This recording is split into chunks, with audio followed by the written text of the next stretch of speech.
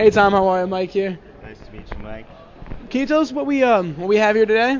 Yeah, this is just a collection of my mostly self-published work, including a few miscellaneous books I illustrated. I brought original artwork from my comics and my life drawings, and just spread out, showing this and that. Could you tell us what you do? Sure, I'm a cartoonist. Primarily, I do, excuse me, comic strips. I call them tragic strips. I have there's a paper here in New York called the Brooklyn Rail that does a lot of art, like art gallery reviews and things like that, very cultural stuff. And I have a strip that runs in the back of that paper on a monthly basis. And so here are some of my, this is a recent Brooklyn Rail strip, part of a series I'm working on right now. And then the strip is called Tragic Strip. They're all short stories that end tragically, typically. And I have them collected in mini comic form, scattered around the table here. I suppose the main thing I'm promoting today is the fact that I'm also an instructor at SVA, School of Visual Arts in the Continuing Education Department. And I have some classes coming up this summer. A new one I'm debuting called Figure Drawing for Graphic Novelists, and I also that's on Wednesday evenings, and I also teach their cartooning basics course on Thursday evenings, and have for a number of years, for about two and a half, around 2.5 years. The former instructor just came over and said hello, and how long ago was that he gave up his course? But so I have that, and I do private instruction and things like that. So probably I'm most useful to other people as an instructor. My work is a little strange, sometimes kind of hard to get.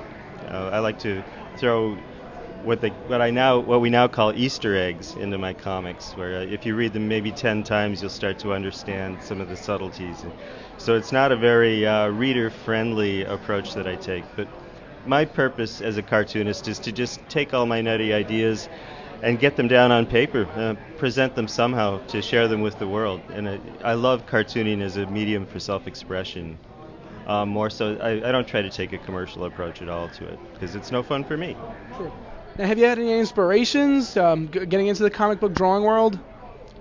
Growing up, any like superheroes? Growing up, my development into a cartoonist, yeah, that's easy. My dad had intended for me to become a lawyer like him, but he had made the mistake of keeping his comic collection. So I grew up with all these classic 40s and 50s comic books around the house, and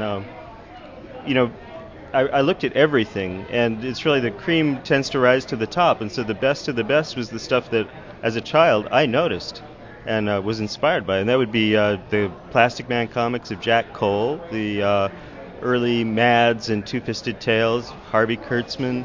I read all the Carl Barks Duck comics, and just really absorbed that stuff. I read everything. I was in the 60s. I was getting comics. I was, buying all the Marvels and DCs, but also all the Archies. Millie the Model was a big influence. It was just everything I could get my hands on, and especially, anything of quality, you tend to notice, even when you're a child.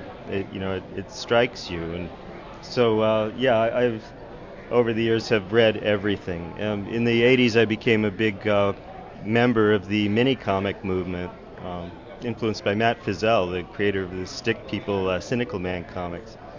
And I've been sort of pursuing a kind of backwater underground path through the medium, but concentrating on the best work that I see. Is there anywhere we can find you, like on the net? Absolutely. I have tmotley.com. That's my website. I have a blog, cartooniologist.blogspot.com. I'm on Facebook, T Motley, and easy to track down. Easy to track down. Well, guys, you could find them at tmotley.com or on Facebook. We'll be with you soon. Thanks, Tom.